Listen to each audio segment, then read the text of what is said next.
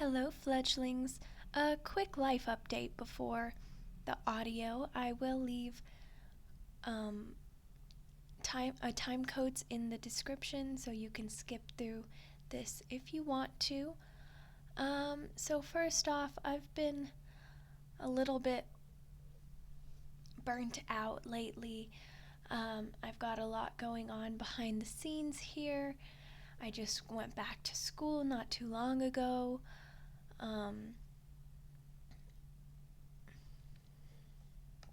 I'm on a sports team that takes up a lot of my nights.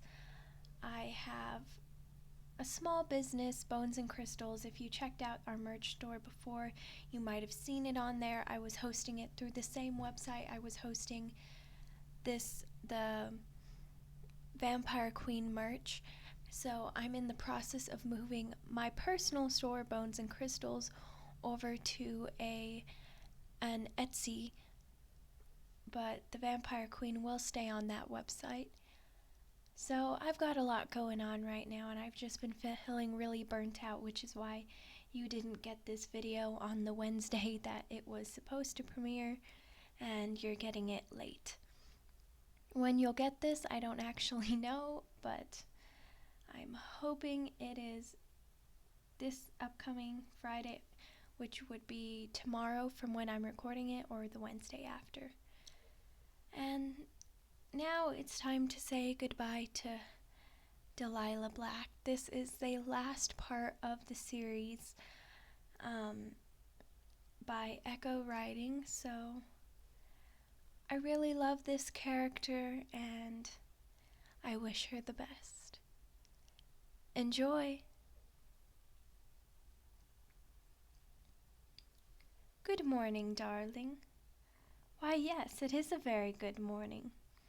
Did you have some proper rest? Because I have something particularly exciting planned for us today. Yes, I plan to reward you. You've been a very good little moth recently, and you've done everything I've wanted.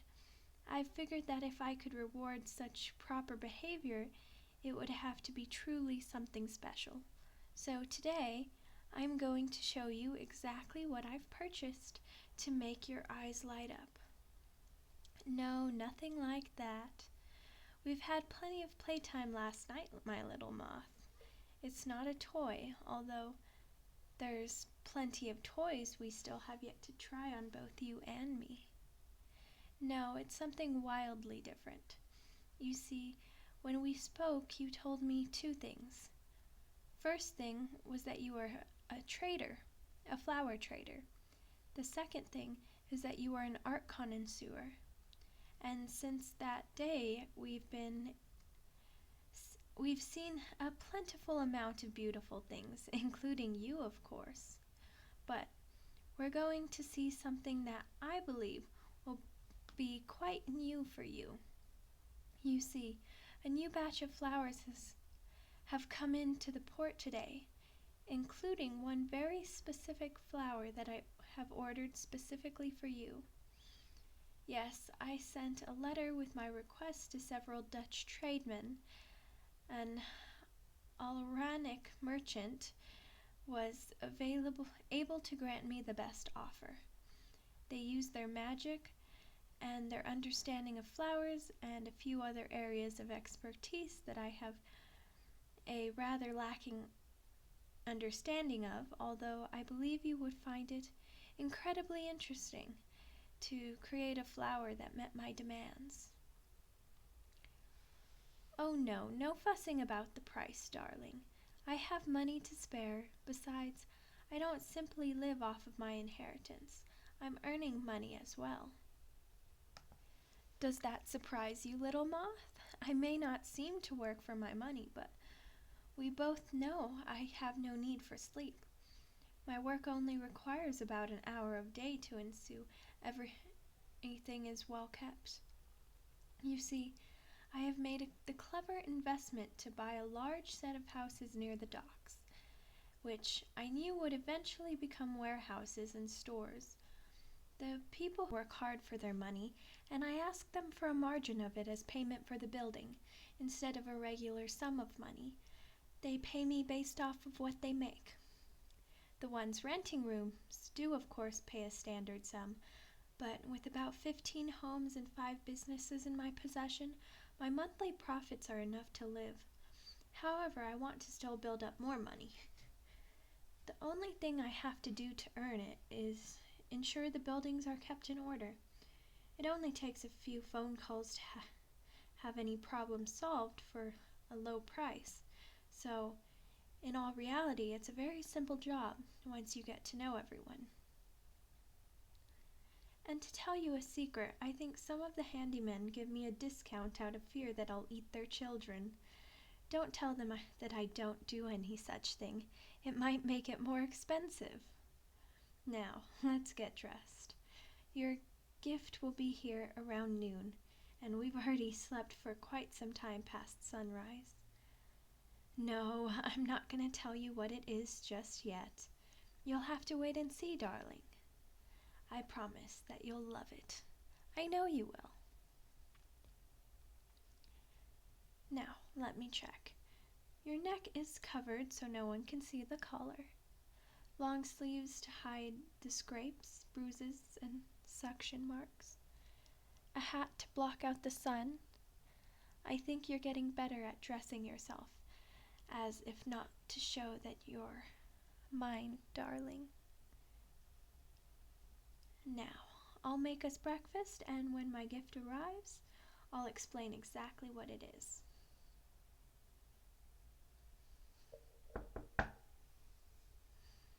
Ah, there you are. I'm Delilah Black. We corresponded across letters already, but it's good to finally meet you in person. I see you've wrapped it properly. I assume you came along to protect something as precious as this? I figured. I did pay quite handsomely. Ah, there you are. Darling, this is the Al Ruane I told you about this morning.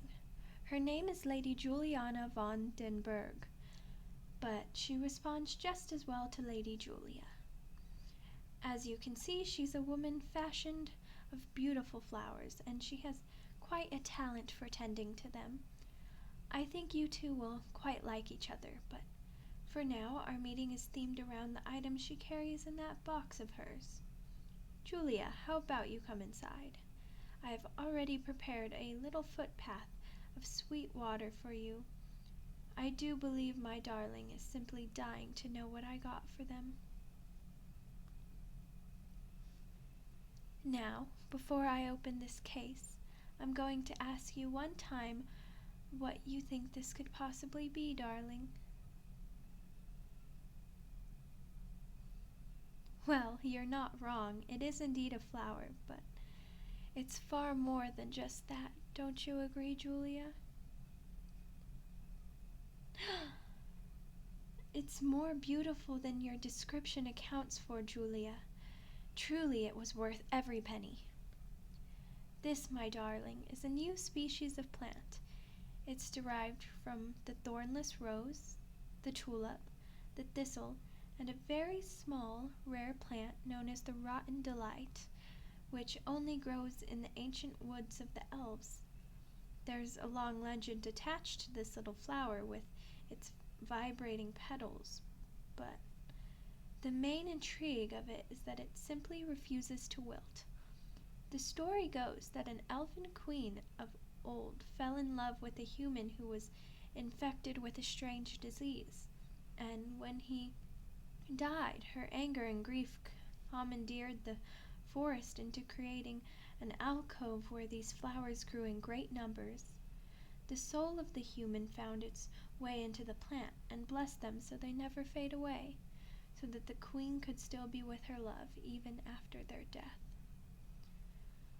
I personally rather think evolution found a reason for the plant to move, and more likely story is that the butterflies in the forest of the elves aren't much attracted to greenery, but the vibrant colors attract them more, and the movement of the petals adds to their allure. Some people believe the plant is carnivorous, although there's It's never been proven. The problem is that when the flower leaves the garden of the elves, eventually it still wilts, but with some very clever magic and a mixing of proper seeds, Julia was able to perfect the flower, and I wanted to give to you. A rose, black as the night sky, with tiny white dots to serve as the stars. The thorns on the bottom of the flower don't sting, but they are covered in a very powerful sap that acts as a perfume when gently rubbed against the skin. The scent is very floral and sweet, much like you are, my little moth. And lastly, and most impressively, this flower's black petals replace themselves. For each layer that falls off from over blooming, another layer forms at its core, and its petals cover the pollen it holds, which makes it so bees and other insects aren't attracted to it. A perfectly sterile black flower bearing stars and perfume that will never die as long as it's properly cared for. My gift to you is myself in the form of a flower, little moth. Something you can keep forever to remember me by. It's as immortal as I am, and I personally believe it's more beautiful than me, although your eyes tell me you disagree with that statement. I'm happy you like it so much, little moth, although I also have something else to tell you. I've been spending my nights doing a few more things than usual, and it turned out that the 2 buildings next to your flower shop were also damaged in the fire. I apologized to the owners and I offered to buy their stores from them. After I named the price I had in mind, both of the owners agreed, which means that you now quite easily triple the size of your little store.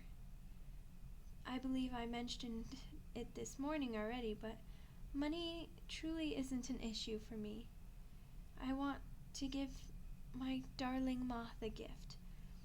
Then I will give you whatever I want to, even if it costs a lot.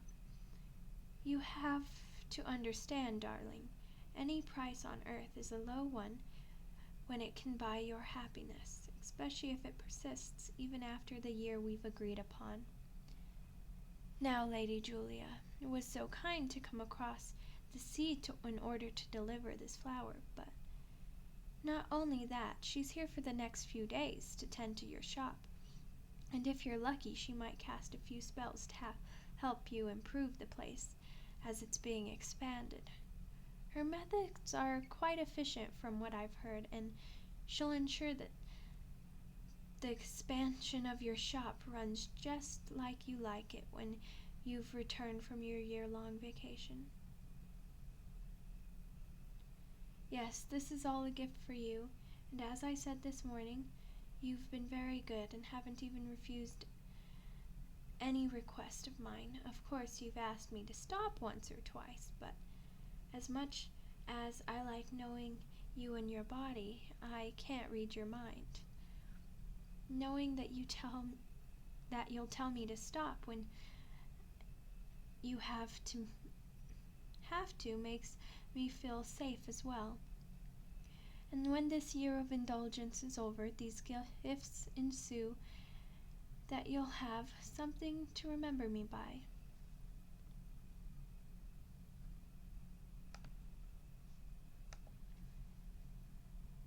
Speaking of this year of ours, I was looking on the calendar and I noticed the halfway point is coming soon.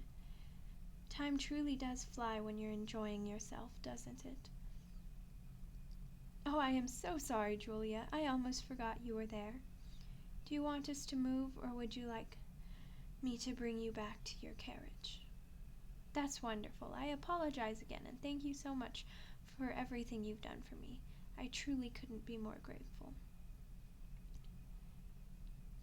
Now that we're alone again, what do we say? What do you say we kiss?